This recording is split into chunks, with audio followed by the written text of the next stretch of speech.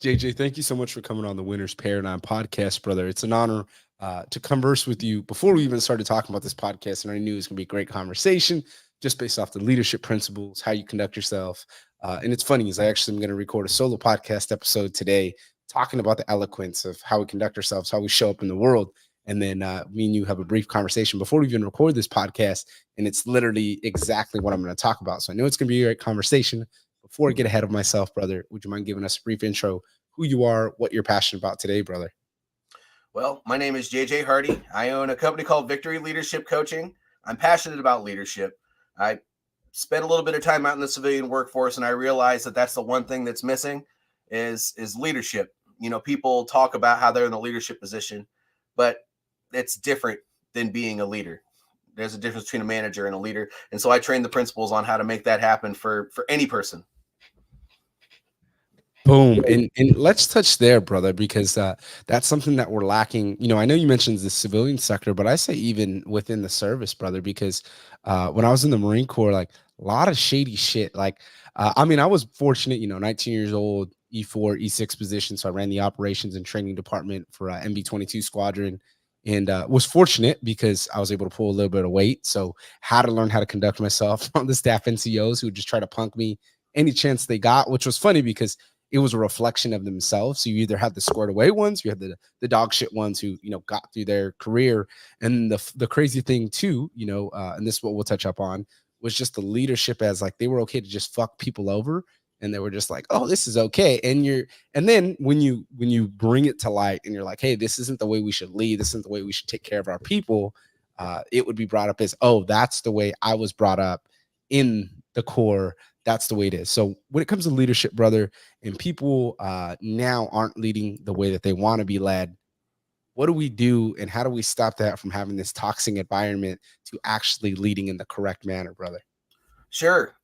So first of all, it's your mindset. I know that's a lot. You talk a lot about that on your podcast, but if you think of how I can best serve everybody around me, not how can I one up or how can I be better than, or I mean, unless it's maybe going to the gym and stuff like that. Obviously, you want to go. There's nothing wrong with punking people in the gym. You're there to be your best self. But when it comes to work or in marriage or life, if you're constantly thinking about how you can be a benefit to those people around you, that's really the secret sauce. Because your body and your actions go where your mind follow, or sorry, where your mind takes it.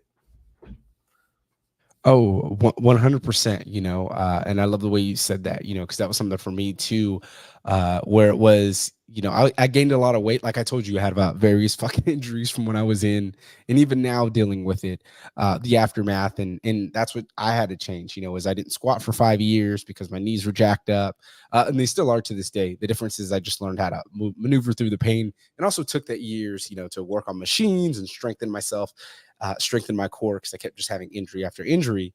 And it was funny because within that time process, that's where the growth happened for me, was like the mindset of how we conduct ourselves, how we show up. And that is one thing, that I picked up in the Marine Corps, was the your body is your portfolio. The way you step into a room as a man, people pick up on that. And that was something where it's like when people, were on the body composition program, they called them fat bodies, and they would just treat them a certain way. And it was funny because people would be like, you can't fucking call us that. That's not nice. And it's like, hey, bro, radical honesty. They're going to keep calling you this, and you're going to get so sick of it that you're going to do something better. I had a guy that was a dirty vegan, and I was like, what the hell does that mean? And he's like, oh, I eat all fried vegan foods. And I was like, what's the point of being a vegan then? And it was funny because after that, he got shredded. And it was just the fact of he understood what he needed to do. So it was funny is, like the way we talk to each other. And actually, one of my buddies, Kyle Perry, yesterday, he got into some things on Instagram because he was just like, I call fat people fat. And this guy like attacked him. You're not supposed to talk to people that way, blah, blah, blah. And he pulled, he's a Marine. So he pulled the Marine card, and he's like, it's radical honesty. And that's what we're missing right now. It's people that hold us accountable. And that's one thing, you talk about when it comes to leadership, brother, is holding people accountable, living within integrity. Could you talk a little bit about the power behind that, brother, when you continually show up as that being and then lead people by setting the proper example? I agree. And I'll play devil's advocate to that. You asked me that initial question of the mindset on how to actually lead and create influence, right? Well, you know, he said there's got to be balance, right? You know, Jocko Willing talks about the dichotomy of leadership. Well, if you think of, you know, just going out and calling people a fat body, and then balancing that with maybe saying you're definitely overweight, but you can do something about that. You know, there's something in the mind that triggers when you know that you're able to take action on something. But if somebody's just calling you names, it actually knocks you down a peg. Absolutely. Obviously, we come from a different environment, but working in the civilian and just with civilians, I have learned that sometimes you got to take things to a different level, have that radical honesty, but also make sure that you are not catering what you say to make it so that you're weaker, as weak as they are, or whatever the case may be. But you know, you got to appeal to them in a way that's going to bring you guys together instead of make them, you know, they might rise up in front of you, but what happens when you leave them? They might feel worse about themselves because you said that. And that works for people in the service too. Oh, 100%. And the part that I forgot to say about that was, again, radical honesty. And he was leading from a place of love. He gained 100 pounds once he got out of the Marine Corps because of injuries and making excuses and so forth. So that was something I resonated with, you know, is I say shit like that as well. People get upset at me. You can't say this or that. I'm like, bro, it comes from a place of love. I've been there. I've done that. I used to drink a gallon of whiskey to suppress my emotions. I've caught my Marines jumping off their deck. I've caught my Marines stabbing themselves. Like, everything that I say is because of experience and what I've been through. It's not like I come out of left field and I'm like, here's a fucking random thought. You know, it used to come off that way, but I didn't explain it properly, you know, and Right. I think that's Right. one of the greatest parts about leadership is like when you start explaining your why behind it, and you start saying, hey, you know, this is why I leave from a place of love, because I didn't have that, or I had the, you know, the part of the military where they're like, this is the way it was fucked up for me, and I'm going to carry this on. And it's like, hey man, it doesn't work that way. You know, the fact is, it's not about, just like our kids, it's not about what we had, it's about what we're giving them so they can be better than what we had. And that was something I learned, you know, within the Marine Corps with my kids. It's like, I'm gonna have my kids be super tough, I'm gonna have this or that. And then it was like, well, I was complaining about an issue versus instilling them with the habits, with the tools to just be better than what I was. So I love the way you said that there, brother. Yeah. And, you know, you brought up something very important there as well. You know, I used to always tell my soldiers, and also outside in the civilian workforce as well, I would always tell my employees that, you know, you're going to have bad leaders. You're going to work with bad people everywhere you go. They're going to have good qualities and they're going to have bad qualities, but you know, you don't want to exemplify the bad qualities. You know, I can't remember his name. Andy Stanley had a broadcast where he talked about, you know, with decisions you make, there, if with every right turn to do the right thing, there's another right turn and another right turn and another right turn. But you know what? If you take a left and you take that wrong turn and make a bad decision, that's also followed with the same spiraling effect. It's what you choose to do that you know really makes you who you are. Ooh, I love that, you know, and I think that's powerful. Just like they say, you know, that quote, "No decision is a decision," and people don't understand that. You know, they think that things are different. And before we recorded, me and you were literally talking about, you know, our experience briefly, and one of the things that came up, you know, was coming back from deployment. You know, coming back from a fast paced lifestyle, and for me, it sucked because my corporal, not that he did things wrong, he was taught the incorrect way. So we got a new leader in, and she was a individual, she wasn't a leader. I loved it because she, from my lifestyle of where I came from in life, I can't be punked, you know. So like you said, punking people in the gym, she would punk you any chance you got. And that was my first unit, was hood. Like, any chance they smelled fear, they would come for your throat. And I'm not one to be fucked with, you know. So it was funny is he was taught the wrong way. He was a little sensitive guy, so I would always get into it with him, you know. And we actually almost got in a fight on deployment because he couldn't do his job right, and an officer caught us. Good thing he's a Mustang, so he came and he's like, "Hey, you guys good?" And I'm like, "Yeah, I'm just handling business, sir." He's like, "All right," you know, goes about his day. I always had respect for him, that, you know, after that. But it was funny because it's like I was mad at him for being wrong, but it was the ability to not adapt. And that was something that I didn't realize at that time. But like they say, you know, the way you do one thing is the way you do everything, and everything's in congruence. And it was funny because when I came back home stateside, that was one issue that arose, you know, from that lens to life, where it was like everybody's moving too slow, everybody fucking sucks, everybody, we could have died out there. And I was in Kuwait, like it was supposed to be a good time. Oh, it's an easy deployment. We're about to get attacked by ISIS. They're like, you could die. Everybody's flipping out, calling their families home. And I kick my feet on the desk. I'm like, well, this is what you signed up for. Like, this is what you want. And everybody's Yeah, looking at me like, what the fuck? This dude's crazy. And I'm like, it's true it's though. it's a different level of mindset. So when I came back stateside, that was something I struggled with, brother, was really just being around people, because the mindset that the world has right now, I don't believe is proper. And I know you went through a little bit as well, brother. So Yeah. could you talk about that, on that mindset of how we can better communicate, from taking that lessons of the fast-paced lifestyle of execution, results driven, to actually helping people who are struggling with taking action as well? Yeah. Luckily, my last deployment was in 2010. Came back in 2011, and from then to 2018, when I retired, I since worked in staff environments and stuff like that. Still fast paced, but it's a little Absolutely. bit different. I even became a warrant officer, so I got to deal with the officers and the enlisted in with a different sort of lens, I guess you could call it. And when I transitioned to the civilian workforce, they still work slower than they do at the Yeah. staff level. And they don't understand what a high op tempo is, and they don't understand why things have to be done so fast. And then when you do things fast, they look at you as that guy who's like trying to steal their job or something like that. And that's not the case. We're just trying to keep ourselves sane. The workplace doesn't move fast enough.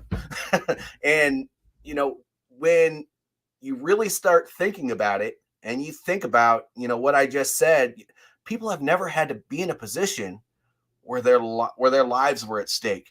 You know, even when I got finished with my third deployment, and then I went through the process of working in a staff and stuff like that, I still knew that we were prepping for deployment constantly. That is what the military's mission is to prep, train, deploy. That's the model that they work under. In the civilian workforce, or with a civilian as a whole, they don't have to worry about that. They'd have to worry about making money so that they can have a roof over their head.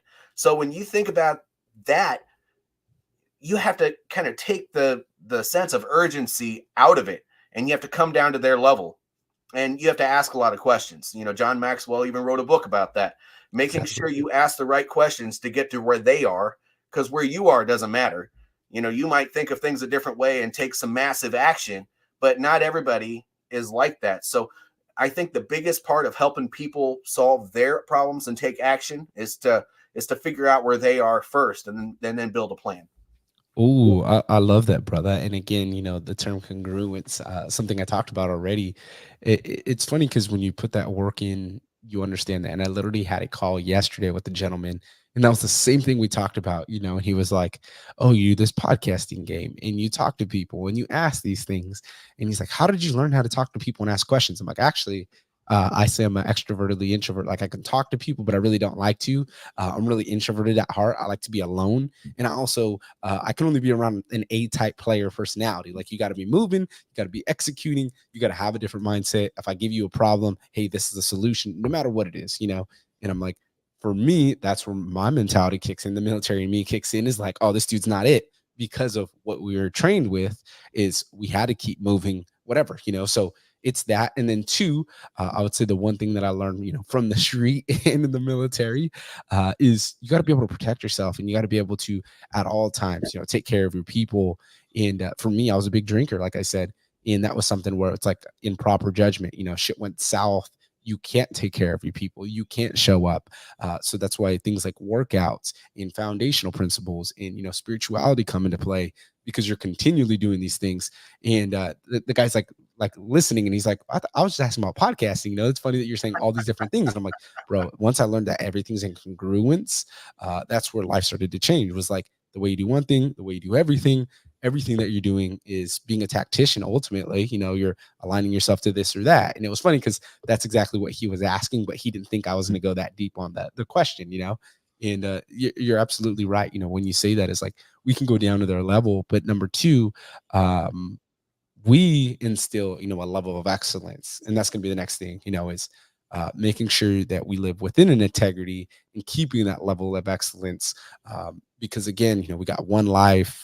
As you went through it, brother, you've been through some shit. It's like you can't just go through it. I know a lot of the military is people running like chickens with their head cut off and just acting berserk, not being able to think, and really being in those emotions. So in those high stress environments, in those times with the civilians, like you were saying, where they don't get it, they're all over the place. What is something that you do to ground them and then show them, hey, here's a way we can get through this problem with mitigating, the minor risks along the way? Well, that's twofold. So on an individual level and on a group level, you deal with those things differently. So if it's one person who's just, you can tell they're living in chaos, you pull them off to the side and you have a one-on-one conversation with them. And I'm not going to repeat myself again. I already talked about getting to that person's level. But when you help people make a plan, you help them, you don't make the plan for them. They make the plan, and if they're involved in that process, then they hold themselves accountable, and all you got to do is check in with them. But when it's a group, it works just like the military. Collaborate, get everybody together, figure out where they are, talk about what needs to be done, and come up with a plan together. If the group comes up with the plan, it's no different. If the group comes up with the plan, they're going to hold themselves accountable to a certain extent, and all you got to do is follow up and make sure stuff's getting done. And that's the way it works in the military. Honestly speaking, that's no different in the civilian workforce. People want to be included. People want to know that you're going to take care of them. And people want to know that when it's time for you to step in and help out when time is needed, if you're in that leadership position, especially, or if you're at home and you're with your kids or your wife, when it's time for you to step up, you got to step up. They need to know all of those things are going to be in place. Otherwise, they're not going to take you as seriously as you need to be taken in order to hold that level of influence. Oh, brother, you hit it on the money again.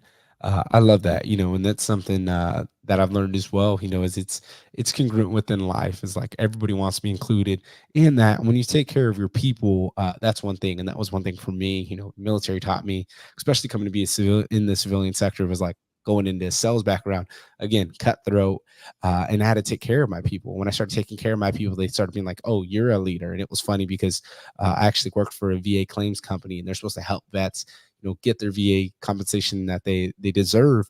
And they were in it for the money. And it was funny is like, they didn't give a fuck. Like it was just straight cutthroat sales. Hey, here's the result. Here's the solution. Get there. They weren't giving us the resources. So I literally was arguing as one of the top sales reps for our guys, in front of them. And I'm like, the VP is like talking to me, and here goes me, and I'm not scared to use profanity. I'll tell it the way it is. And I'm like, you know what? Fuck that, dude. Like, if you're not going to take care of us, I don't care. You can get fired. I don't give a fuck. You can. What is a fear mongering going to do? I'm going to sit here and beg for mercy to you. Oh, I can get another job. I can move forward. I'm not going to sit here and say that. And that was exactly what they did. My nanny moved to Minnesota, taking care of the daughter, making sales calls with her on my arm. My number shot for a week. We have a conversation. I go to my manager, which is funny because he tried to flip the conversation on me as, hey, is this really what you want to do and want to be here? And I'm laughing because I'm like, bro, I'm the one who called this call to tell you what's going on, be transparent. And that's the card you want to play. So I end up quitting and saying, I'm going to start my own business. I'm no longer going to work for a company that doesn't understand my value, and that's where that power went, was understanding that transition step. And for me, I needed to become a better parent. I need to be more present because I was working 60 to 80 hours, and I just wasn't the best I could be. And I know for you, brother, you said you retired you went in the civilian sector. So I know you've went through a lot, brother, and you had to learn that of being fully present, of showing up for your kids, showing up for the family. So can you talk about that a little bit, of what it was like to understand, hey, this is work, this is family, and I need to separate that so I can be able to be present within this moment? Sure. First of all, I want to comment on what you just said. Man, talk about warrior ethos. I know you're a Marine, so maybe you called it something different. But, when you think of always placing the mission first, never accepting defeat, never quitting, and never leaving a fallen comrade, you just exemplified that. You weren't being taken care of where you were.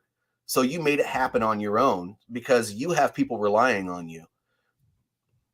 Good on you, man. I think that's awesome. And, that's inspiring. I have a similar story. My kids are a little bit older now. They're 14 and 17. And I've been married now for almost 18 years. That's awesome, brother. As a matter of fact, in March, it'll be 18 years. Holy cow, where the heck does time? Dang. Okay. Sorry, I had an aha moment there. I haven't said that out loud for a while. But when it comes to family, you have to do what it takes to be there for everybody. And I had a similar story with my work. My boss was grumpy. He was also a veteran, but he was great.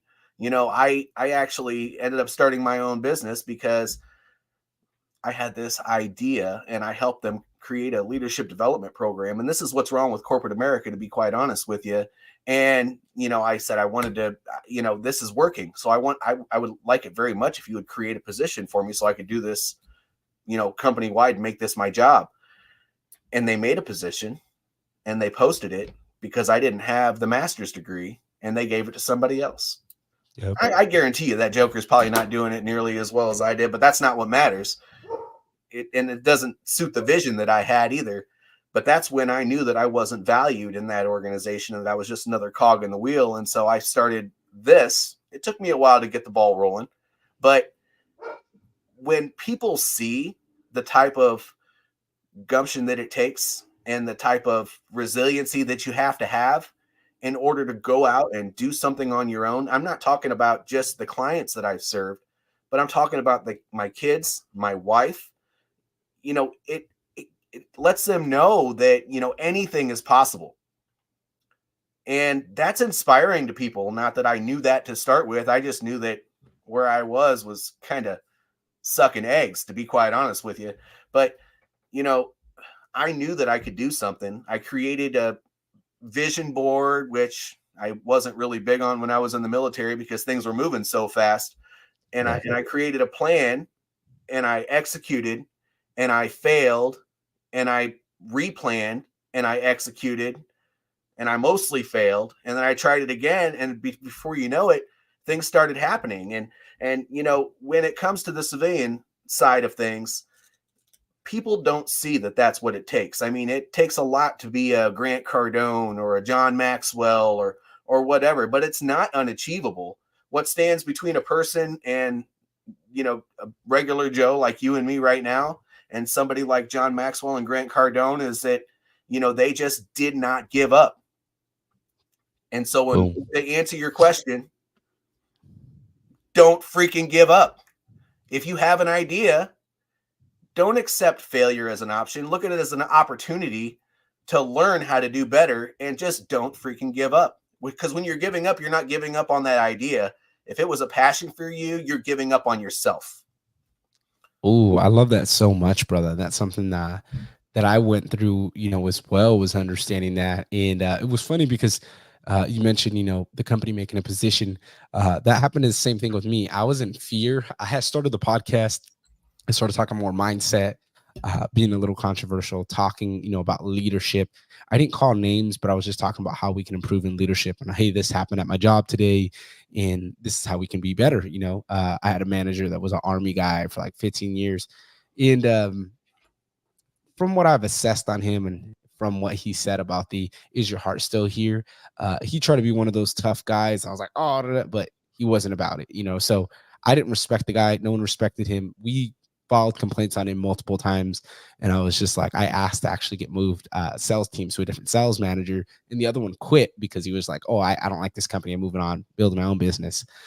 So it was funny is I was in fear of starting a podcast. They started a podcast.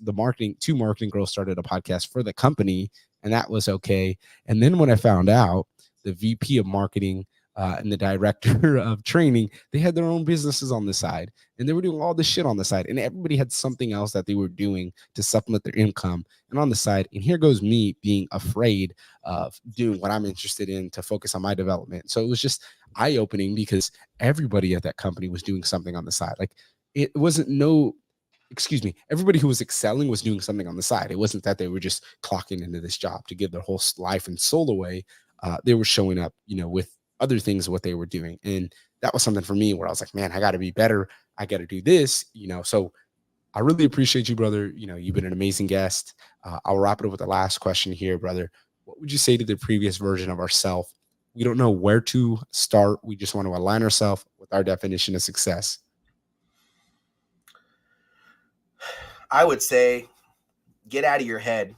All those things that people tell you about yourself, they only say those things because they don't know what you're capable of.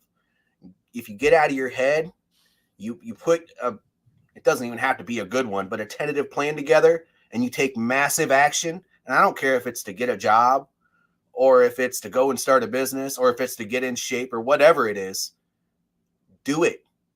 Failure is not an option. Do it. You can't be successful until you move forward from the foxhole. That's it. Boom. I appreciate you, brother. That was amazing advice right there.